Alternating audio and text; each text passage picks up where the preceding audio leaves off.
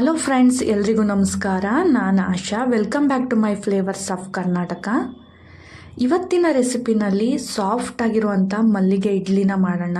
ಈ ರೀತಿ ಇಡ್ಲಿ ಮಾಡಿದ್ರೆ 2-3 ಇಡ್ಲಿ ತಿನ್ನೋರು 10 ತಿನ್ನೋದು ಗ್ಯಾರಂಟಿ. ಹಾಗೆಯೇ ಇಡ್ಲಿ ಮಾಡಬೇಕಾದ್ರೆ ಯಾವೆಲ್ಲ ಸ್ಟೆಪ್ಸ್ನ ಫಾಲೋ ಮಾಡಬೇಕಂತ ಇವತ್ತಿನ ವಿಡಿಯೋದಲ್ಲಿ ಹೇಳ್ತಾ ಹೋಗ್ತೀನಿ.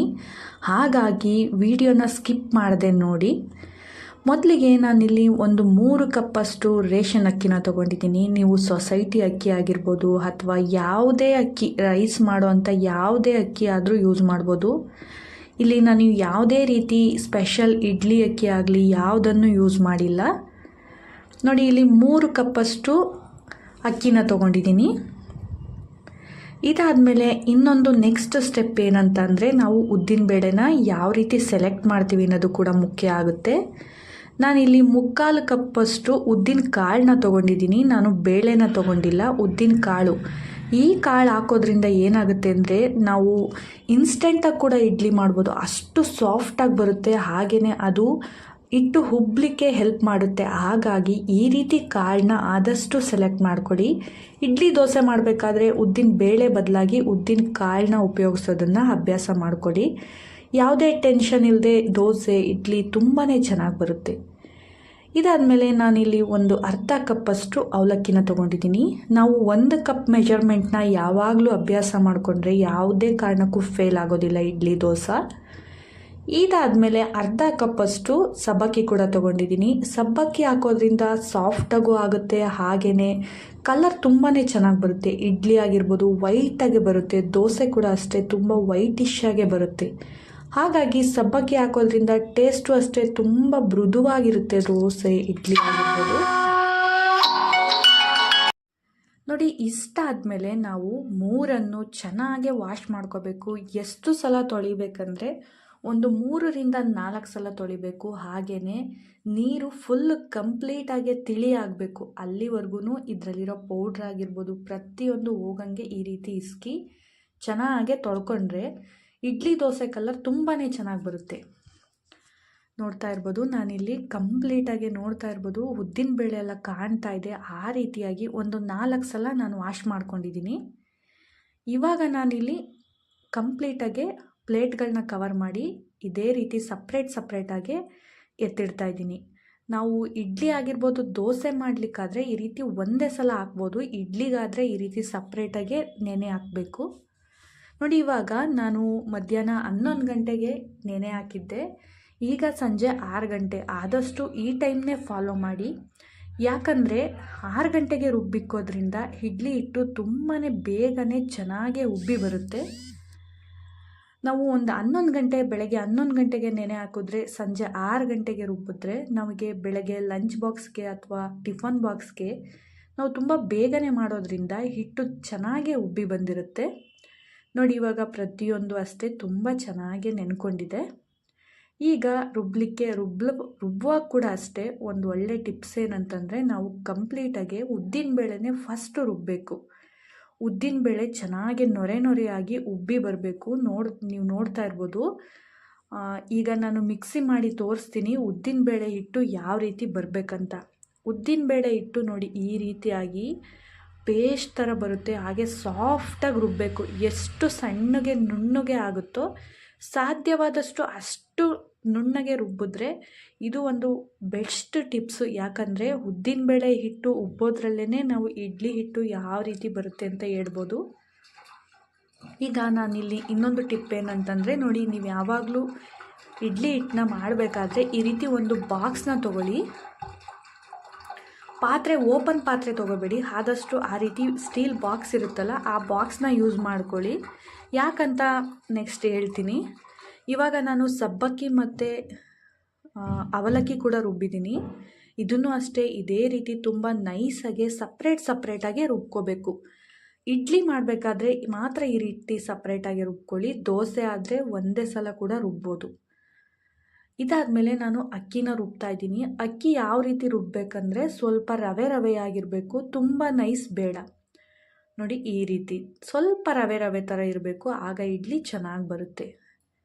ಈ ರೀತಿ ರುಬ್ಬಿದ್ದಾದಮೇಲೆ ನೋಡಿ, ನೀವು ಯಾವುದೇ ಸೀಸನ್ನಲ್ಲಿ ಇಡ್ಲಿ ಆಗಿರ್ಬೋದು, ದೋಸೆ ಹಿಟ್ಟು ಉಬ್ಬಿ ಬರ್ತಾ ಇಲ್ಲ ಅನ್ನೋ ಒಂದು ಕಂಪ್ಲೇಂಟ್ ಇದ್ದರೆ ನೀವು ಈ ಸ್ಟೆಪ್ನ ಫಾಲೋ ಮಾಡಿ.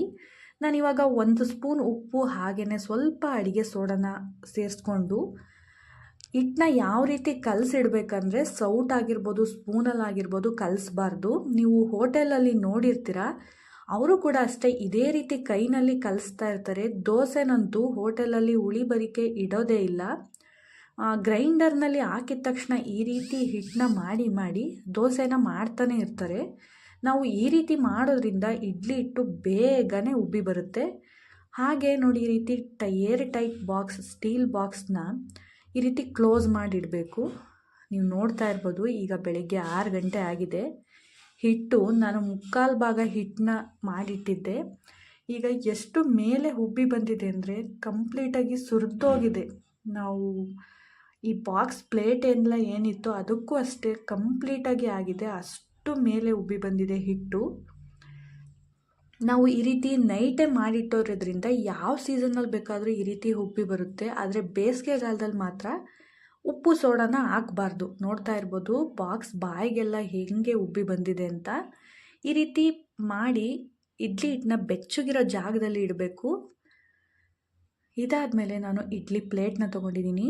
ಈ ಪ್ಲೇಟ್ಗೆ ಸ್ವಲ್ಪ ಎಣ್ಣೆನ ಹಾಕ್ಕೊಂಡು ಚೆನ್ನಾಗಿ ಇಡ್ಲಿ ಪಾತ್ರೆನೆಲ್ಲ ಗ್ರೀಸ್ ಮಾಡಬೇಕು. ಎಲ್ಲ ಕಡೆ ಎಣ್ಣೆನ ಹಚ್ಕೋಬೇಕಾಗುತ್ತೆ. ಈಸಿಯಾಗಿ ಇಡ್ಲಿ ಬರುತ್ತೆ. ಕೆಲವರು ಬಟ್ಟೆ ಕೂಡ ಯೂಸ್ ಮಾಡ್ತಾರೆ. ಆ ಥರ ಏನು ಬಟ್ಟೆ ಯೂಸ್ ಮಾಡೋದಾದರೆ ಏನು ಎಣ್ಣೆ ಎಲ್ಲ ಬೇಕಾಗೋದಿಲ್ಲ. ನೋಡಿ, ಇವಾಗ ನಾನು ಹಿಟ್ಟನ್ನ ಸೇರಿಸ್ಕೊತಾ ಇದ್ದೀನಿ. ನಿಮಗೆ ತೆಳ್ಳುವಾದ ಇಡ್ಲಿ ಬೇಕಂದರೆ ಸ್ವಲ್ಪ ಹಿಟ್ಟನ್ನ ಕಡಿಮೆ ಮಾಡ್ಕೊಳ್ಳಿ. ಇಲ್ಲಾಂದರೆ ಉಬ್ಬಿ ಬರುವಂಥ ಇಡ್ಲಿ ಬೇಕಂದರೆ ಈ ರೀತಿ ಕಂಪ್ಲೀಟಾಗಿ ಹಾಕ್ಕೋಬೇಕಾಗುತ್ತೆ. ಆಗ ಚೆನ್ನಾಗಿ ಉಬ್ಬಿ ಬರುತ್ತೆ ಇಡ್ಲಿ.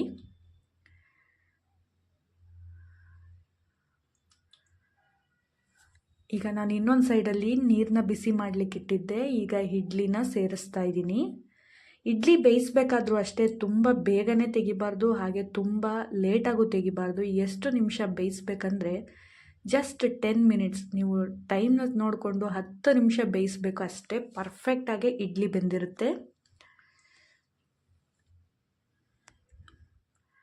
ಸೀಸನ್ ಯಾವುದೇ ಇರಲಿ, ಯಾವುದೇ ಸೀಸನ್ನಲ್ಲಿ ಇಡ್ಲಿ ಹಿಟ್ಟು ಉಪ್ಪಿ ಬಂದಿಲ್ಲ ಅಂತ ಹೇಳೋದೇ ಬೇಕಾಗೋದಿಲ್ಲ. ನೀವು ದೋಸೆ ಮಾಡಬೇಕಾದ್ರೆ ನೈಟು ಏನು ಉಪ್ಪಾಗಿರ್ಬೋದು, ಸೋಡಾ ಆಗಿರ್ಬೋದು ಹಾಕದೇ ಇದ್ದರೂ ಪರವಾಗಿಲ್ಲ, ದೋಸೆ ಮಾಡ್ಬೋದು. ಆದರೆ ಇಡ್ಲಿಗೆ ಮಾತ್ರ ಪರ್ಫೆಕ್ಟಾಗಿ ಉಬ್ಬಿ ಬಂದರೆ ಮಾತ್ರ ಇಡ್ಲಿ ಸ್ಮೂತಾಗಿ ಬರುತ್ತೆ. ಹಾಗಾಗಿ ನೈಟೇ ಈ ರೀತಿ ಮಾಡಿ ಆದಷ್ಟು ಇಡಿ.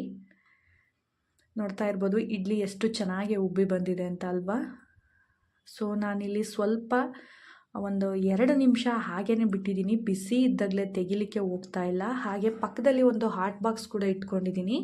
ಈ ರೀತಿ ಇಡ್ಲಿನ ತೆಗೆದು ಡೈರೆಕ್ಟಾಗಿ ಹಾಟ್ ಬಾಕ್ಸ್ನಲ್ಲಿ ಇಡೋದ್ರಿಂದ ತುಂಬ ಹೊತ್ತು ಬಿಸಿ ಇರುತ್ತೆ. ನೋಡ್ತಾ ಇರ್ಬೋದು ಎಷ್ಟು ಚೆನ್ನಾಗಿ ಬಂದಿದೆ ಅಲ್ವಾ. ಯಾವುದೇ ಅಕ್ಕಿ ಆಗಿರ್ಬೋದು ಇಡ್ಲಿನ ಪರ್ಫೆಕ್ಟಾಗಿ ಮಲ್ಲಿಗೆ ಹಂಗೆ ಸಾಫ್ಟಾಗಿ ಮಾಡ್ಬೋದು. ತಿನ್ನಲಿಕ್ಕಂತೂ 3-4 ತಿನ್ನೋರು ನಿಜವಾಗ್ಲೂ 10 ತಿಂದರೂ ಗೊತ್ತಾಗೋದಿಲ್ಲ, ಅಷ್ಟು ಟೇಸ್ಟಿಯಾಗಿರುತ್ತೆ. ನೋಡ್ತಾ ಇದ್ದೀರಲ್ವ ಎಷ್ಟು ಚೆನ್ನಾಗಿ ಬಂದಿದೆ ಇಡ್ಲಿ.